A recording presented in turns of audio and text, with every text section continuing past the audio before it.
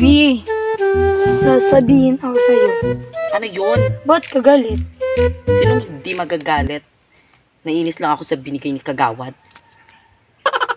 Ba't anong binigay sa'yo ni Kagawad? B, 20 pesos? Saan naabot 20 pesos mo? 20 pesos? Walang kwenta! Buti pa yung Kagawad dun sa amin. Galante. Kaya deserve niyang manalo ulit. Ay oo B, meron din ganyan sa prop namin. Kala mo, malaki yung binigay. Nainis nga ako eh. Ang kuripot. Mura nilang bibilhin yung boto natin. Tapos uupo sila at manghurakot ng ilang taon. Ay nako, aabangan ko talagang bukas kung sino mamimigay sa kante. Di ko yan iboboto. Ako din.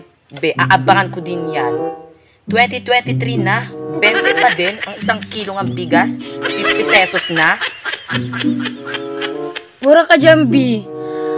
Kaya bukas huwag kang aalis sa bahay niyo kasi bukas sila mangangatok. Pura ka dyan, B. Haabangan ko din yan bukas. May maibigay man sila o wala, maging wais pa rin tayo. Iboto pa rin natin kung sino yung nararapat. Ay oo, B. Tatandaan ko yan.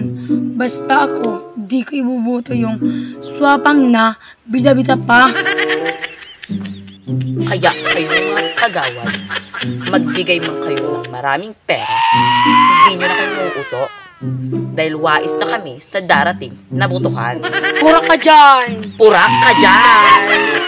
Yay!